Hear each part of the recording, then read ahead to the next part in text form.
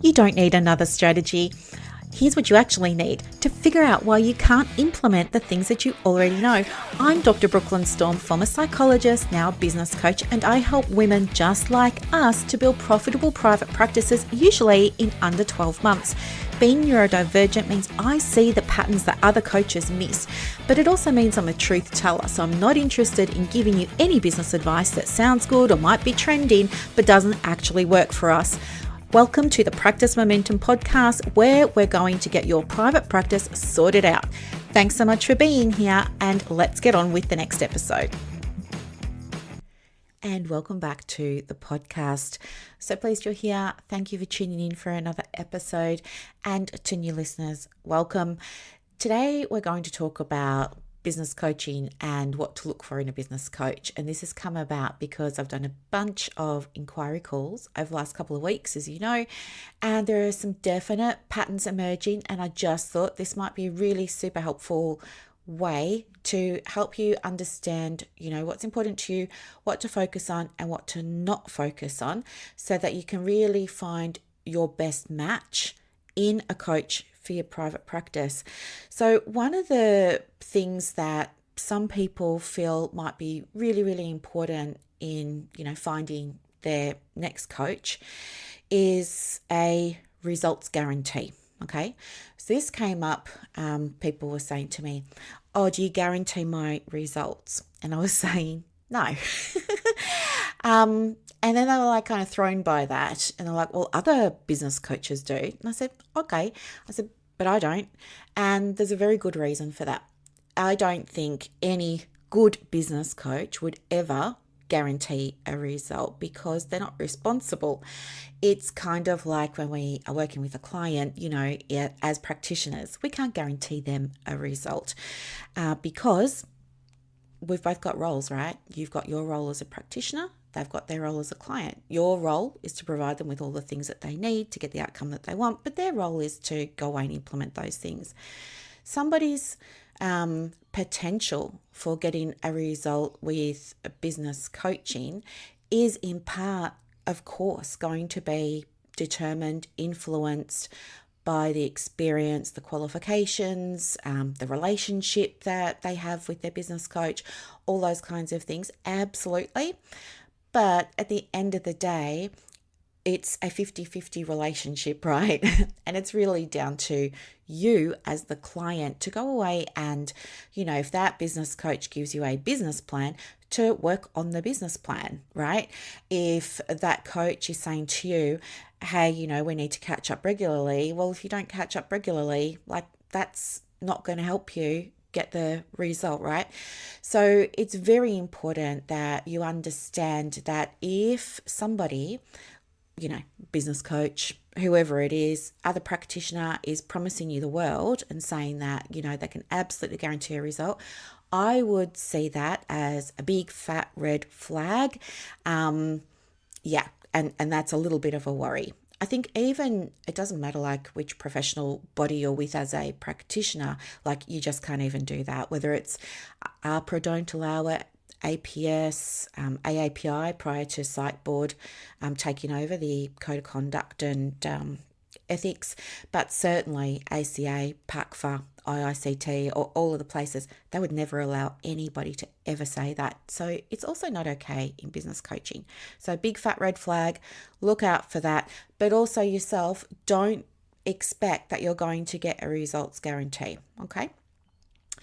One of the other things that comes up is cost. And some people think, "Oh my gosh, it's such a cost to go and work with a business coach. That's such a lot of money. It doesn't cost this much to work with me as a practitioner in my therapy. I only charge my clients $120 or I only charge my clients $200 or whatever it is, right?" And so you're perhaps sometimes drawing parallels, but the thing is that they're two completely different fields. Business coaching is not about money going out and you never see that money again and all those kinds of things. Business coaching is about making money, right? You're not in a not for profit. You're not running a charity or anything like that, right? Well, I know some of you have those as well, but I mean, most of you also have a for-profit business. So the whole point of going and getting a business coach usually is, of course, to make money. You want to, some people say, oh, I need more clients. But what's behind needing more clients is being able to pay themselves or pay the rent or, take time off and all those kinds of things. So money is very important. And so one of the main drivers of business coaching is providing a client with the information and the knowledge that they need to be able to make money. Okay. That's very, very, very important to understand. So we want to, when you're getting a business coach, even me with my business coach, like he's mega expensive, but it makes money because you're learning things that you don't know now that call in the money. Okay. So it's not just, the money's disappearing out of the bank account and that's it. If you have a business coach that provides you with resources and tools and templates perhaps, or scripts, and maybe they're also doing other extra things for you as well that will really help you level up your knowledge, then of course you're going to be making money. In Practice Momentum, people are just beginning now to finish their 12 months. I may have mentioned, I don't remember or not, so I'm sorry if I'm repeating myself, but the average return on investment so far is around 5%. And that means every dollar in, somebody's getting $5 back. So if they paid $10,000, they're getting on average $50,000 back. So that's what you need to get in your mind. So when somebody is saying, oh yes, it's going to be $100,000 to work with me, you want to find out what the average return on investment is. And a good business coach will have their numbers, okay? Me, with the women that I work with in Momentum, I absolutely require they all track their numbers and learn how to track their numbers, because tracking your numbers gives you confidence. It removes emotion from being able to make business decisions. It shows you what's working and what's not, and the numbers will help you make the right decisions for the right actions to take that will close the gap on where you are in your business now to where they need to be. Okay. So if you're, shopping around for a private practice business coach, certainly ask for some evidence around what the return on investment is, because it can act as a way to regulate a nervous system that might be a little bit dysregulated as a result of what I call sticker shock. You, especially if you didn't do your homework first, if you just kind of landed in that person's calendar and you've booked yourself a discovery call, but you haven't done your homework, you haven't read their website, you haven't learned about that coach's coaching programs or packages that they may be offering and things like that, and you're coming in blind to that call, and then you figure out, hey, actually I would really like to work with this person, and that business coach then says, sure, well, it's going to be 50 grand, like you're going to have a mild panic attack. So do your research about that person's, like who they are. Go and see the case studies, go and see the social proof, go and see the return on investment. If they don't have that information available, ask them for it before you have the call, so you're not wasting your time if they don't have it, right? Very, very important. So, I think that's helpful to share with you, because I know when I first started coaching, and I did the maths on this, oh gosh, I think it was about 2 or 3 years ago now. Just trying to think about the longevity of the podcast. I think we're up to 560 episodes or something. So it must be about 2 or 3 years ago. But I did run the numbers on the amount of money I've spent on my own business coaching. It was well over $100,000. But even with bad business coaching, I still grew. And so did my revenue. So, but again, it's because, you also want to show up in the right way. But anyway, sometimes when I was even recently with this latest coach, I was having a mild panic attack about the investment. And I knew this person. I had been in the world for ages and I knew that they could help me and I knew that I wanted to work with them. I knew it was going to be costly. I knew it was going to feel like a stretch, but I also knew I needed it and I wanted it because I felt like this is not going to sound the way I intend, but I hope that you understand what I mean when I say this. It's like, there's that saying, if you don't want to be the smartest one in the room, it's not that I'm saying I'm the smartest one in the room. I'm just trying to say, like, I don't want to feel like I'm at the top of my game and I'm not sure like what the next stage is or what the next level is. Like, I believe that I want to be not the dumbest one in the room, but I want to be the one in the room that knows the least, because when I put myself in that situation, I learn more, I grow more, I'm absorbing the insight, the wisdom, do you know what I mean? Like, I want to be in that position. So I knew that I needed to do something. But even for me, I had to remind myself of how will I recoup this money, but also reminding myself to remember it's not like doing the grocery shopping and spending $500 at Woolies, right? Or Coles or Aldi or wherever you're going to do your shopping. It's not like that. It's not like money out. With getting support for your business, you want to see that money coming back, 3, 4, 5, 6, 7, 8, 9, 10 fold. Okay. And it can, and it should. Whether or not it does for you is going to be based on a bunch of things, like the skill and ability of your business coach to give you what you need, yes, but also your willingness to be coachable, to not push back, to do the things, to stay engaged with your coaching, to follow the processes, all those kinds of things. They together combined will absolutely result in you getting maximum return on your investment. And the other thing too is when you finish your coaching program with your business coach, that money, that increase in money that you've had will continue like at that level, because hopefully you've learned what to do to keep it going. Okay.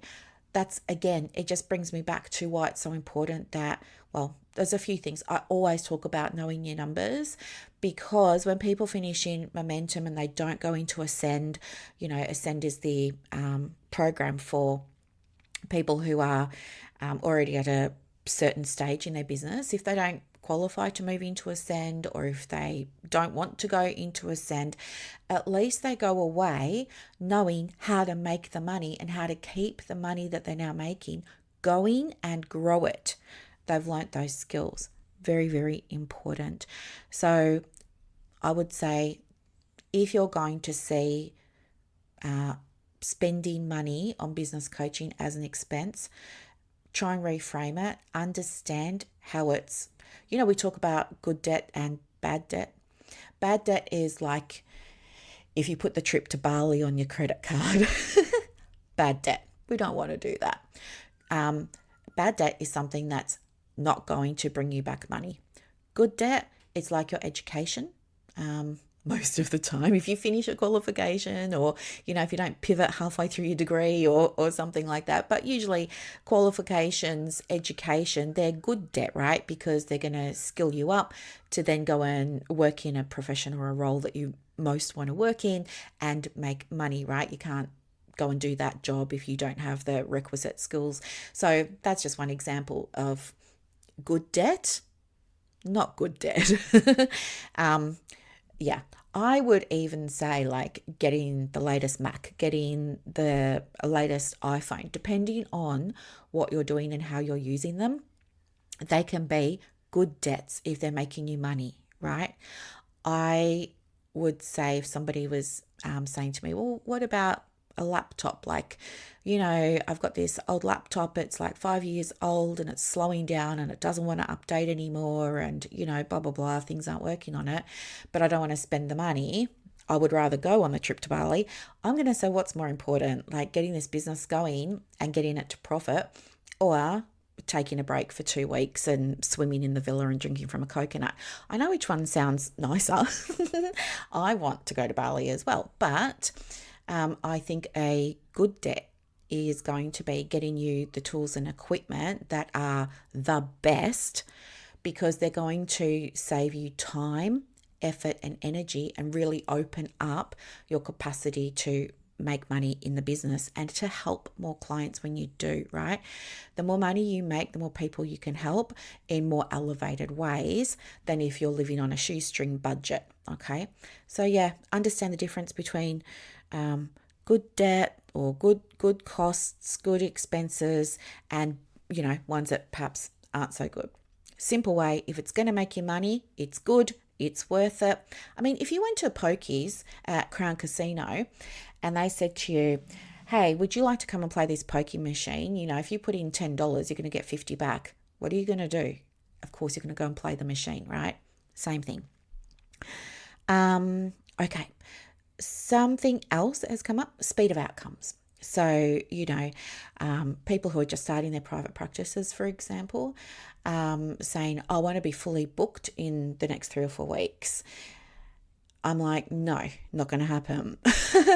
I mean, yes, of course, there's always going to be the odd person here or there that makes it happen. Yes. By and large, no. And I would just say it's unlikely that's going to happen, and I can't promise you that.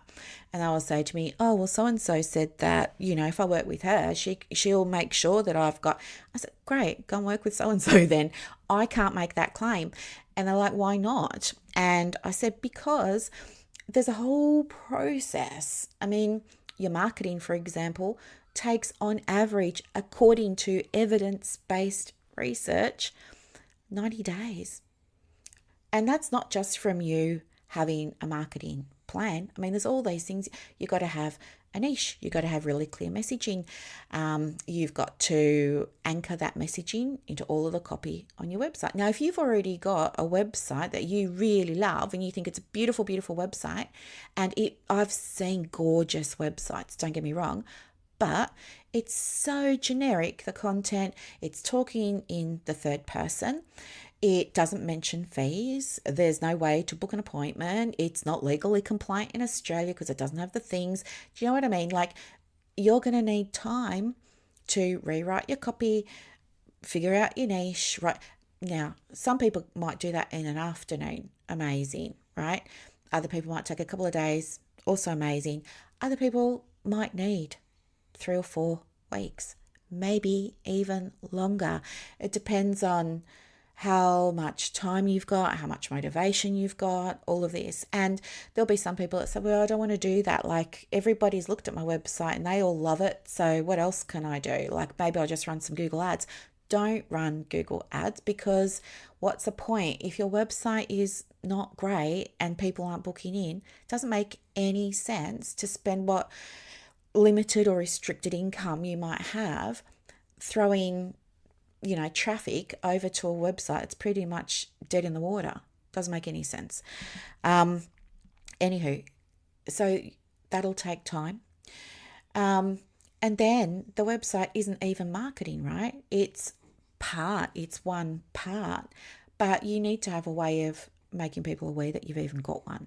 So then there's all this active marketing that has to go on top of that, right?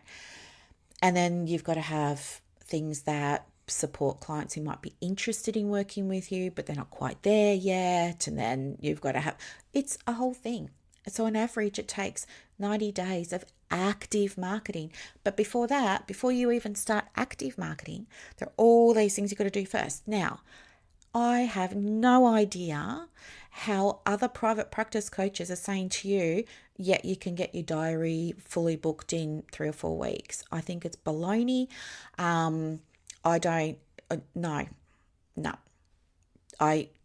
Red flags city. What type of strategies are they using? And I've heard some of these strategies too, by the way, from people that I've worked with as a business coach, telling me that they were told in the past to discount their services, offer concessions, do the slide. Why on earth would a business coach tell a woman who's probably already undercharging, i.e. charging less than 160 for a counselling session, maybe she's charging 120 or 130. Why would a business coach tell a woman who's already undercharging, who's already stressed, who's already anxious, who's already got imposter syndrome, oh, just charge less and let's fill your diary. Let's just drop it down to 100 until we get enough people. What? No. And on top of that, like, it doesn't make any sense to be giving away money you don't have. Like, no, it's going to lead to burnout and all kinds of things. I don't roll like that. If that's your thing, go maybe like find somebody else to work with. But okay, so speed of outcomes. Yeah. I think a really good business coach is somebody who's going to be honest with you about the reality of your situation. So yeah, I mean, if you already have a fantastic niche, and by that I mean a niche that's clear, and you've already got fantastic messaging, so we know who to send your way as other practitioners and other business owners. We know who to send your way. If you've already got those things in place and the website's already really good, of course that's going to shorten your time. But you're still going to need to spend time creating a marketing plan and then a marketing strategy to sit under it. And then you're going to be doing active marketing most days. Okay. So yeah, I think a good business coach is going to be honest with you about what you're in for. It's going to take longer in the beginning, like the first quarter of your business.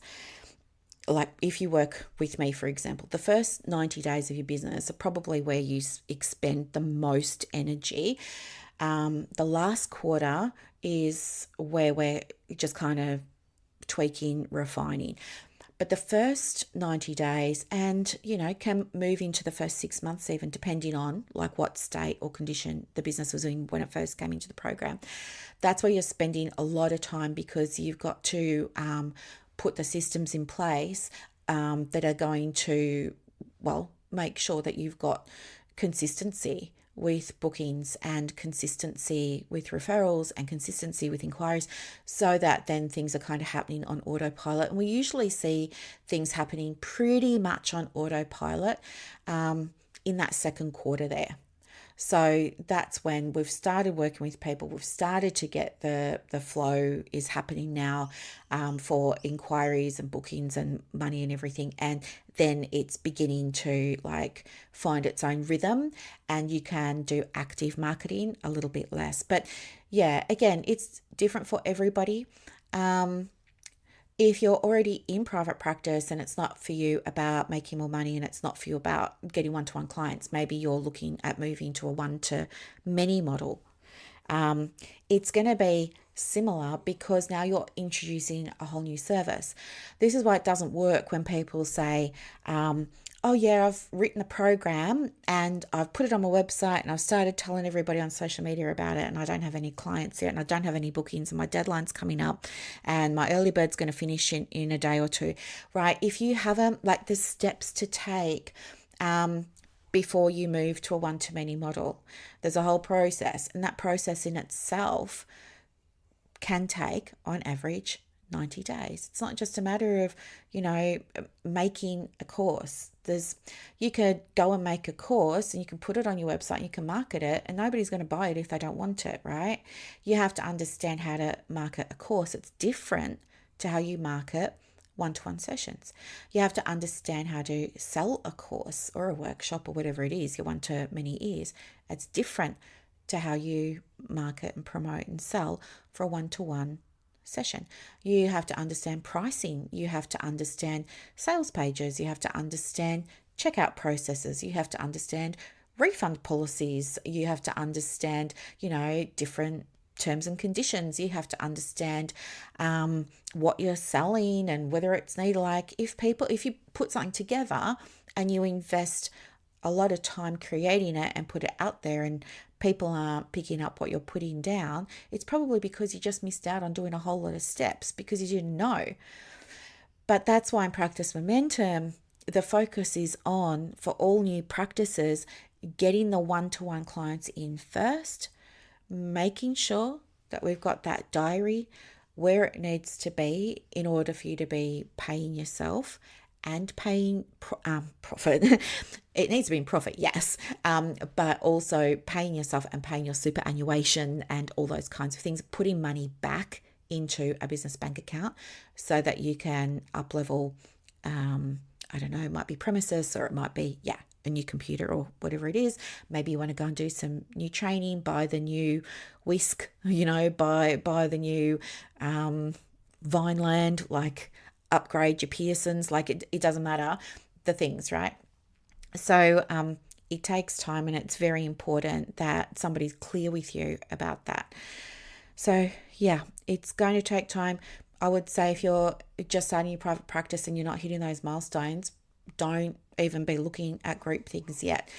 They take a different type of approach to filling than filling a one-to-one diary. And if you're still learning how to fill a one-to-one diary, it's why double your workload by also then trying to learn at the same time how to put a course together and sell it and do all of the things. Like, you'll just exhaust yourself and burn out. So speed of outcomes. If a business coach for private practice is telling you they're going to guarantee that you're going to be fully booked in 2 weeks or something like that, big fat red flag. Okay. Duration. So this is important too. There were some people that were saying to me, I don't want to do 12 months. I just want to do a single session.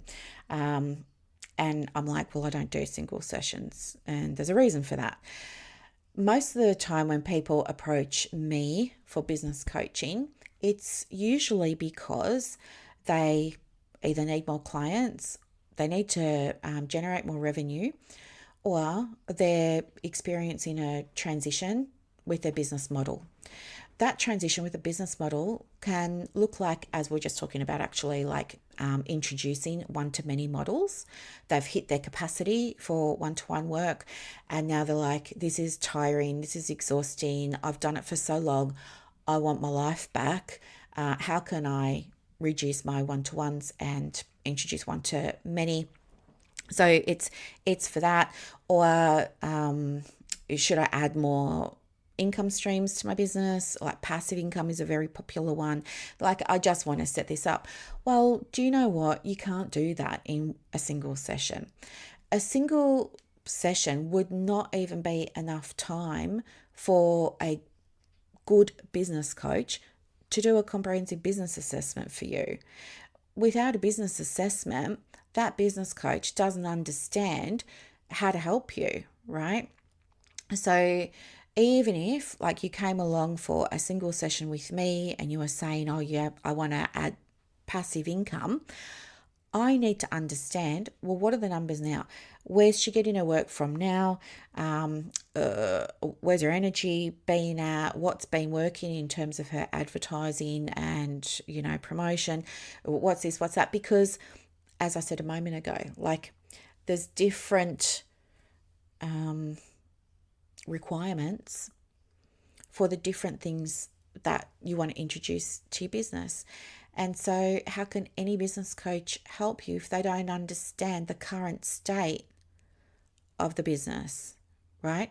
To understand the current state of the business requires a lot of information. Now, with my clients in Momentum, they probably don't love doing this. I'm sure they don't love doing this because I don't even love doing it myself. But when we first meet, it's an hour or 2 hours, sometimes 3, sometimes 4, that we've got to do this assessment. And then every single quarter, we repeat it. And it's very important because it's having that thorough understanding of leaving no rock unturned, that then we see where the opportunities are and we see where to spend the time, the money, the energy, the focus, all those kinds of things. Now, a single session isn't enough time for a good business coach to do those things. So if she hasn't done those things, how can you trust the advice that she's giving you? Or how can you trust the coaching that you're getting, right? Very important. With business, things work in 90-day cycles. Okay. Even then, it takes a lot longer. I mean, it takes on average 2 to 3 years for a practice to become profitable. Now, if you're coming along and you've just started your private practice and you're like, oh, I want to make, 150K by the end of the year, and it's your first 12 months in business, we need to get real about, is it possible? And it is possible. But we need to be realistic. And if you said, I just want a single session, like, no, not going to happen. Okay. The other thing is, wanting to see proof of outcomes that what you do has worked for other people. So this happens when somebody's booking a discovery call and they're coming in cold. And that's an issue for me. I never want to talk to somebody who's coming in cold. You know, I'm giving up my time here to talk to somebody. And if you've been in my world for a little while, time is my currency. Like, I'm so precious about my time. So if I'm giving you 15 minutes or half an hour of my time, but you haven't taken the time to look at what I offer, look at the website, all of the things, then just don't. Because I think that it's so important that you're only speaking to people that you think can help you and that are going to be able to support you. Now, when it comes to, where's the proof that you've helped other people in my situation? There's something I want to say. I think, yes, you can definitely go and have a look at business coaching testimonials. So business coaches are allowed to have them. So go and have a look at those. Go and have a look at any other social, it's called social proof. Go and have a look at any of that they may have shared on their social media or on their websites or in their marketing materials, whatever. But I wouldn't be putting too much stock in it, because here's why. Your results are your results. Now, I've got plenty of people who just did amazing with me, but as you heard in the last episode, they had certain qualities and certain characteristics. They were highly engaged, they did the work, all of those kinds of things. There are also people who don't get fantastic results with business coaches. And those people might have had different things going on in their lives. They might have been taken out by illness, family circumstances, whatever. They just didn't get around to doing the things that were required in order for them to be able to get the result that they're really wanting. So, it's important to understand that somebody else's results is not going to predict whether you get a result, because you don't know who that person was, how they showed up, how they didn't show up, all those kinds of things. What you do know is your own level of motivation, your own willingness to show up for yourself, your own openness to learning, to being resilient when you go on the hockey stick journey, right? As we all do. It's called a learning curve for a reason, and the curve dips down. It doesn't go up, it dips down. And when it's at the bottom of that dip, that's when people do one or two things. They either quit and they go back to the start and they'll start a whole new project. They've usually got a bunch of incomplete projects going in at the one time because they struggle in that space of, it's feeling hard, I'm feeling overwhelmed. And then the other people are saying, it's hard, I'm feeling overwhelmed, but she's got a tool here, she's got a template here, I know I can speak to her every day, I know I can submit stuff for her to have a look at, okay, I'm going to knuckle down, I'm going to do it, and I'm going to lean into that support. Those ones come up and up the hockey stick. They build skills, which build competence. That competence builds confidence. They start seeing results. Boom. Now they're getting the results and they're like, now what's next? So they finish a thing, start the next one. Not to say they're only ever working on one thing at a time. That's not true either. They might have a couple of things going on, but you see my point. And also, like, do you know anybody in their right mind who's going to put a testimonial or a review or something like that on their website that doesn't show a result? No, because what's the point, right? They're not going to do that. I will gladly talk here about the difference in the metrics for clients I have worked with in and outside of Practice Momentum on their businesses that got really great results, and those ones that struggled to get results. I'll absolutely talk about that. But you can only put so much weight into what somebody's sharing on their marketing, right? And as I said, it's not individual to you. What worked for somebody else may not work for you based on your characteristics, your personality, your qualities, your energy, your time availability, resources you have access to or don't, all those kinds of things. So take them with a grain of salt. What I would say too is really important is, of course, I say it all the time, but qualifications. Like, I think it's very important. It's not required because it's not a protected title, coaching. But I just think if it's important enough to you to invest the money in solving a problem and getting results in your business, whether it's money or clients or impact or visibility or shifting your business model, whatever it is, I think it's always wise to, ask the question, like, where did you do your training? Where did you do your training? Are you qualified? Like, because it's your livelihood, and, most of us are women in this health industry over here. I think it's very important to, I guess, just for your own peace of mind, know that you're with somebody who knows what they're doing. Coaching is different to mentoring and consulting. My approach in Practice Momentum is the women get all three of those things based on what's showing up in the moment.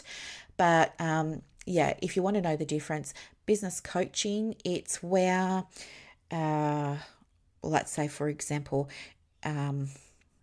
somebody's trying a strategy and maybe they've tried a few different strategies to attract clients and none of the strategies are working. But other people are using the same strategies and they are working. So business coaching might be really helpful then to help uncover what might be behind the it's not working. Is it maybe we've got imposter syndrome going on, and so they've got the strategy but they're kind of like hesitating about using it? Is it that they have in their mind that it just feels too easy and therefore maybe it's not going to work? Is it something else, right? So that's what business coaching is really about. It's helping unpack the deeper level stuff. It's really around, I say, identity. I really strongly feel that that's at the base of everything in business for women. If you don't see yourself as being a business owner over here, as well as also holding the identity of a social worker, psychologist, counsellor, psychiatrist, GP, play therapist, physios now that I'm working with. Like, if you don't see yourself as also a business owner, it's just going to be more challenging when it comes to doing some things in the business. So certainly that, and that's where coaching can be incredibly helpful and powerful. Business mentoring is different again. So it's not coaching.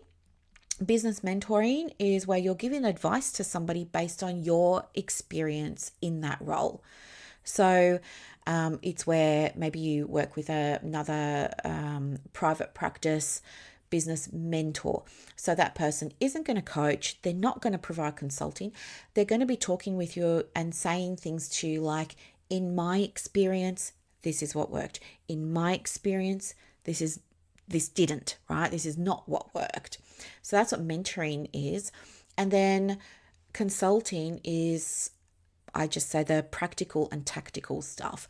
The consulting is the strategy, really. The consulting is when a client comes to me and she's like, yep, I just need to know, what do I do next? What's my next step here? That is consulting. We're talking about strategy. She doesn't need coaching around that. She doesn't need to hear about my experience. She's coming and she's saying, what do I do next? Or she's saying, show me how to do this thing, or do you have a way that I can? That's business consulting. So they're the three different approaches that you can think about which one might work for you. As I said, my approach is in practice, momentum. They get all three based on what's needed in the moment. Okay.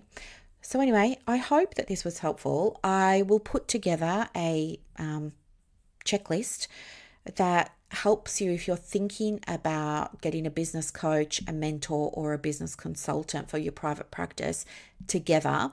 And I will add it to the show notes. I will also put it on my website and I'll send it out in my email.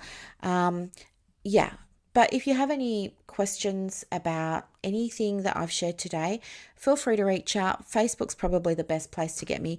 Usually I don't work on a Friday, and I only check my emails in the morning. All right, my lovelies, have a beautiful, beautiful Friday. I hope that this was super helpful, and I'll talk to you in the next episode. Bye. And that's a wrap for this episode of the Private Practice Podcast. So as you reflect on today's insights, imagine creating real success in your private practice without going down rabbit holes or exhausting yourself with business activities that don't move the needle. With Practice Momentum, you have push of a button help available on demand. It's like having an expert in your pocket ready to guide you whenever you need it.